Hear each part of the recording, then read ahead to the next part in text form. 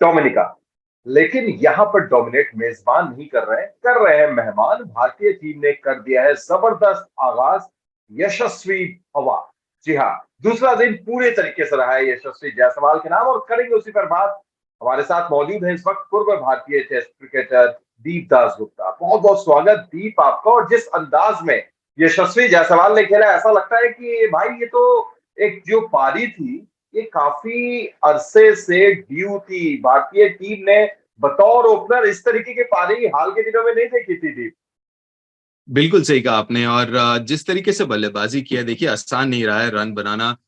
काफी धीमा है ये पिच। वहीं पे जो अलग अलग पहलू दिखाए अपने अपने खेल का, वो काबिले तारीफ है। चाहे वो पेशेंस हो और वो जुझारूपन हो। क्योंकि देखिए अभी 2 महीने पहले तक तो T20 खेल रहे थे और काफी उन्होंने अपना नाम भी बनाया T20 क्रिकेट में।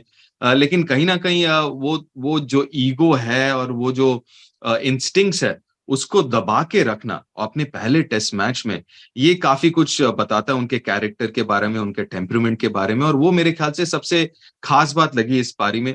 देखिए टेक्निकली तो वो काफी अच्छे हैं, इसमें तो कोई दो राय नहीं, वो हम पहले भी जानते हैं। लेकिन जो वो मानसिक चीजें जो हैं, जो आपको सक्सेस दिलाती हैं इस अंतर्राष्ट्रीय लेवल पे, वो चीजें जो हैं, वो टेम्परामेंट, वो पेशेंस, वो धैर्य, वो सब चीजें देखने को मिला है।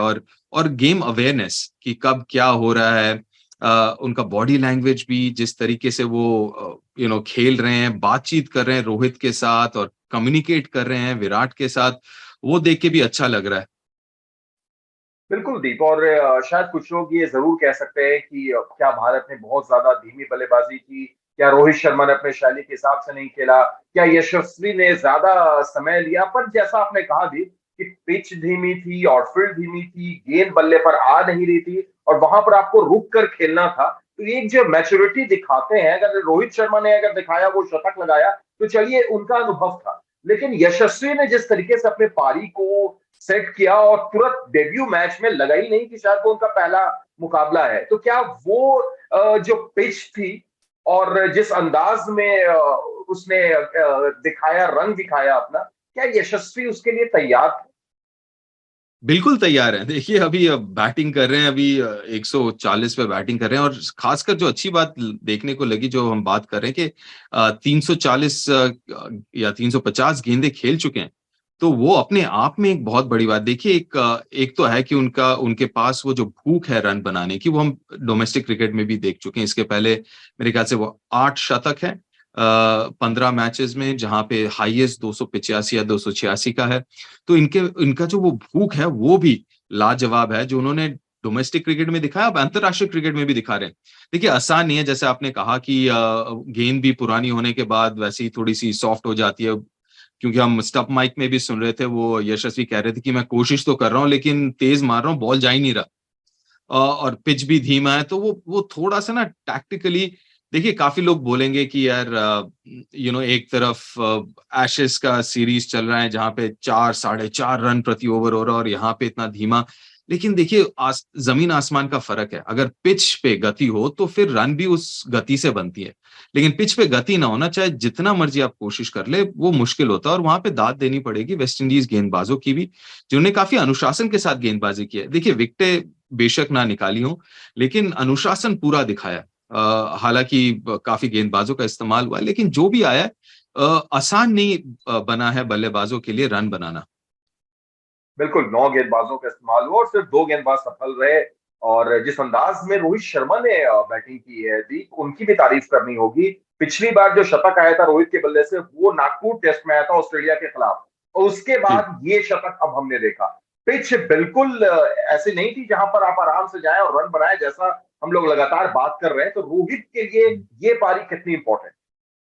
देखिए इम्पोर्टेंट है। और एक चीज़ जो अमूमन हम जिसके बारे में नहीं सोचते हैं कि प्लेयर जैसे जिनसे काफ़ी आप उम्मीदें रखते हैं ना, जैसे रोहित हो गए, विराट हो गए, उनके लिए यहाँ पे मतलब अगर आप रन बनाते हैं, तो लोगों का मानना है कि भैया आप ऐसे ऑपोजिशन के साथ इन हालातों में रन नहीं बनाएँगे तो कहाँ बनाएँगे? और अगर खुदा ना खास्ता अगर रन नहीं होते, फिर बोलते हैं आप इनके साथ भी नहीं रन बनाते, तो फिर कहाँ पे रन बनाएँगे? तो ये ना वो भी एक बहुत बड़ा फैक्टर हो जाता है जो कभी-कभार हम थोड़ा-सा नज़रअंदाज कर देते हैं, कि वो प्रेशर अलग है, जहाँ पे आपको रन बनाने ही हैं। क्योंकि आपके ऊपर दबाव अलग है। तो वो उस लिहाज से अगर आप देखें तो मेरे ख्याल से रोहित की पारी भी बहुत लाजवाब रही। क्योंकि जैसा आपने कहा कि वो धैर्य दिखाया, पेशेंस दिखाया। क्योंकि ऐसा नहीं कि कोशिश नहीं कर रहे थे। चाहे वो रोहित हो, चाहे वो यशस्वी हो, कोशिश तो कर रहे थे तेज रन बनाने की, शॉट्स खेलने की। लेकिन एक आध बार था भी कि आपका थिक एज लगा और प्लेयर के आगे गिर गया थोड़ा-सा। तो ऐसा नहीं कि कोशिश नहीं की, कोशिश कर रहे थे, लेकिन हालात कुछ ऐसे हैं जहाँ पे जैसे हमने पहले भी कहा कि पिच की गति जो है ना वो डिक्टेट करती है बैटिंग की गति भी। अगर पिच धीमी हो तो बैटिंग की गति भी या रन रेट जो है वो भी धीमी होती है, उसमें कोई दो राय नहीं है। और ये आज बड़ा अच्छा एग्जाम्पल रहा और ये टेस्ट मैच भी अगर पूरी उस हिसाब से देखें तो अच्छा एग्जाम्पल है उसका। बेशक। और जिस तरफ आप इशारा कर रहे हैं या जो बात बता रहे हैं दीप, वो देखा भी कि जब नंबर 3 पर खेलने आए शुभमन गिल, तो शुभमन गिल शायद इस पिच को उतने अच्छे से पढ़ नहीं पाए, या मैं आपसे ही जानना चाहूंगा कि क्या उनके जो खेलने का तरीका था, क्योंकि हमने देखा है कि स्पिनर्स के खिलाफ वो बहुत तेज बल्ला ले जाते हैं, काफी हुँ। ताकत के साथ ले जाते हैं और पुश करते हैं, जिस वजह से वो एज भी लगा तो सीधे कैरी कर गई गेंद। तो क्या ये थोड़ा सा, जब आप नंबर 3 पर आप खेल रहे हैं, तो क्या बैटिंग की तकनीक में खासतौर से स्पिनर के खिलाफ कुछ बदलाव की दरकार है उनको? नहीं, मुझे नहीं लगता बदलाव की दरकार है। देखिए क्योंकि ज़्यादा देर वो टिके नहीं। ऐसे पिच पे क्या होता है ना कि आपको थोड़ा-सा वक़्त लगता है। आप अगर खेल जाएँ थोड़ी देर जैसे देखिए विराट भी जब आए, वक़्त लिया अपना पहले शुरू में अगर 10-15 रन देखे तो वक़्त लिया अपना क्योंकि आसान नहीं है। और अच्छी गेंदबाज़ी मैं बार-बार ये कहूँगा कि गेंदबाज़ी बुरी नहीं हुई है। अगर आप उनके लिमिटेशंस को अगर मद्देनज़र रखें तो उस हिसाब से काफ़ी अनुशासन के साथ गेंदबाज़ी की है। और एक इसमें और एक मसला क्या हो जाता है ना सैयद कि जब आप पैड पहन के बैठे हो और वो भी जब आप ओपनर हो ना, वो अलग एक नर्वस एनर्जी रहता है। आप पैड पहन के बैठे रहना, वेट करना कि भैया कब आउट होगा प्लेयर और कब मैं जाऊँगा बैटिंग करने।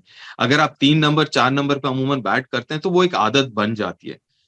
पर अगर आप शुभमन की बात करें क्योंकि शुभमन ओपन ही करते हैं, चाहे वो फर्स्ट क्लास क्रिकेट हो या टी20 हो, तो वो पैड पहन के इतने देर तक एक लगभग आई मीन एक एक पूरा दिन बैठे रहना, वेट करना कि कब कोई आउट होगा तब मैं जाऊँगा, वो एक अलग माइंडसेट है। तो उसके साथ जब आप इतनी देर बाहर बैठते हो ना पैड पहन के, जाते ही बहुत चांसेस होते हैं आपको जल्दी आउट होने के, चाहे जो भी हो हालात। और अगर आप हिस्ट्री उठा के देख लें, तो आपको दिखेगा कि ऐसे बड़े पार्टनरशिप के बाद, जो अगला बल्लेबाज आता है, उसके लिए काफ़ी मुश्किल होता है। और इस मामले में तो शुभमन जैसे मैंने कहा कि उनको वैसे आदत भी नहीं है 3 नंबर पे बैट करने की और पैड पहन के इतनी देर बैठने की। तो मैं ज़्यादा क्रिटिकल नहीं होऊँगा इस पारी के साथ। तो मेरे ख्याल से यू नो ठीक है, it it happens, it happens. जल्दी से तीसरे दिन की रणनीति पर हम आते हैं दीप, लेकिन उससे पहले एक छोटा सा सवाल आपसे। आपने भले ही शुभमन गिल के बल्लेबाजी के बारे में कहा कि आलोचना नहीं करेंगे, लेकिन इस पिच की अगर बात करें जो वेस्ट इंडीज में हम देख रहे हैं, तो क्या इससे जो टेस्ट क्रिकेट की जो दिलचस्पी है, जिसको कहा जाता है कि भाई लोग आए और टेस्ट क्रिकेट देखने, आपने शुरू में एशेज का उदाहरण दिया था, एशेज की पिचों का उदाहरण दिया था, तो कि क्या ये पिच, इस तरीके की पिच थोड़ा सा दिलचस्पी कम कर देती है लोगों की? बिल्कुल इसमें कोई दो राय नहीं है। दिलचस्पी इन द सेंस जैसे मैंने कहा आपको अगर गेम का पेस आगे बढ़ाना हो ना, तो वो पिच का पेस बहुत ज़रूरी हो जाता है। जो पिच का पेस होगा ना, वो डिक्टेट करेगा गेम का पेस भी। तो कहीं न कहीं अगर आप देखें, मैं ये नहीं कह रहा कि आपको ग्रीन पिच ही देना है और सीमर फ्रेंडली देना है, लेकिन अगर स्पिनर के लिए भी आपको याद होगा अगर मैं बात करूँ इंडिया में भी कुछ ऐसे टेस्ट मैचेज़ अगर मैं बात कहूँ लेट्स से कानपुर में एक टेस्ट मैच याद आता है जो ड्रॉ हुआ था। तो वो अगर पिचेज़ में गति हो ना, तो ऑटोमैटिकली पिच पे जो है वो सॉरी जो गेम में है वो गति आएगी। क्योंकि आप एज़ अ बल्लेबाज़ आप क्या चाहते हैं? आप चाहते हैं कि गेंद जो है वो बल्ले पे आए, चाहे वो सीम करके आए या टर्न करके आए, लेकिन बल्ले पे जैसे गेंद आएगा ना तो आप ज़्यादा शॉट्स खेल सकते हैं। आप square of the wicket shots खेल सकते हैं। राइट? लेकिन जैसे ही धीमा होता है तो square of the wicket shots लगभग चले ही जाते हैं और ड्राइव भी आपको गेंद के ऊपर चढ़ के मारना होता है, तो वो आप 2-4 बार सोचते हैं शॉट लगाने से पहले। तो कहीं न कहीं चाहे वो टर्न करे पिच पे या सीम करे, पिच पे बाउंस और पेस होना मेरे ख्याल से जरूरी है, और वो दोनों को हेल्प करता है, गेंदबाजों को भी हेल्प करता है, ऐसा नहीं कि सिर्फ बल्लेबाजों को करता है। बेशक, और जिस तरफ आपने इशारा किया, हम लोग जब तीसरे दिन की अब बात करेंगे, विराट कोहली मौजूद है, यशस्वी खेल रहे हैं, तो आपने देखा होगा दीप कि कोहली ने जब पहला चौका लगाया था, तो ऐसा बल्ला उन्होंने दिखाया था, इतने खुश हुए थे जैसे 50 हो गई हो। वो बताना चाह रहे थे कि भाई इतनी धीमी पिच है कि यहाँ पर तो ड्राइव हो नहीं रही है, बड़े मुश्किल से मैंने ड्राइव बिल्कुल। लगाई और चौका पाया। तो ये तीसरे दिन की अब रणनीति क्या होगी? 162 रन ऑलरेडी भारत के पास बढ़त मौजूद है, यशस्वी वहां पर 143 पर खेल रहे हैं, विराट कोहली सेट लग रहे हैं एक बड़ी पारी के लिए, विराट पारी के लिए, लेकिन क्या उससे पहले भारत की तरफ से ऑन डेब्यू दोहरा शतक पहला दिख रहा है? देखिए, सही मानों में मुझे तो दिख रहा है। थोड़ी-सी उनको ख़ैर भाग्य का साथ भी मिला, वो दूसरी नई गेंद के साथ केमा रोच के खिलाफ। अ, लेकिन मुझे मुझे समहाउ दिख रहा है कि यहाँ पे इतिहास रचते हुए यशस्वी का, और साथ में विराट का भी। तो देखिए, मेरी रणनीति यही है कि आप बैटिंग करते रहें। तीसरे दिन टी तक या टी के आधे घंटे 40 मिनट तक, अगर आधा घंटा 40 मिनट आप खेलेंगे तो लगा लीजिए, और 200 रन, 350 रन का लीड मेरे ख्याल से वो काफ़ी होगा। और आप चाहते हैं कि आखिरी 1 घंटा, सवा घंटा आप ऑपोज़िशन को तब तक लगा लीजिए आप 170 के करीब ओवर भी हो जाएँगे। तो आप थकावट भी जो है वो काफ़ी होगी वेस्ट इंडियन बल्लेबाजों के पैरों में और शरीर पे। तो आप चाहेंगे कि आप आखिरी 1 सवा घंटा आप उनसे बल्लेबाज़ी करवाएँ। बेशक कुछ ऐसी उम्मीद होगी, क्योंकि ये तो भारतीय टीम चाहेगी कि दोबारा यहाँ बल्लेबाजी करने के लिए नहीं उतरे। और ध्यान में ये भी होगा दीप, कहीं ना कहीं कि पांचवें दिन थोड़ा सा रेन फॉरकास्ट भी है, तो उम्मीद यही रहेगी कि चौथे दिन ये मुकाबला खत्म किया जाए। बहरहाल बहुत बहुत शुक्रिया हमारे साथ जुड़ने के लिए, तमाम बातचीत के लिए। आप देख रहे थे ESPN क्रिकेट को मैच डे हिंदी।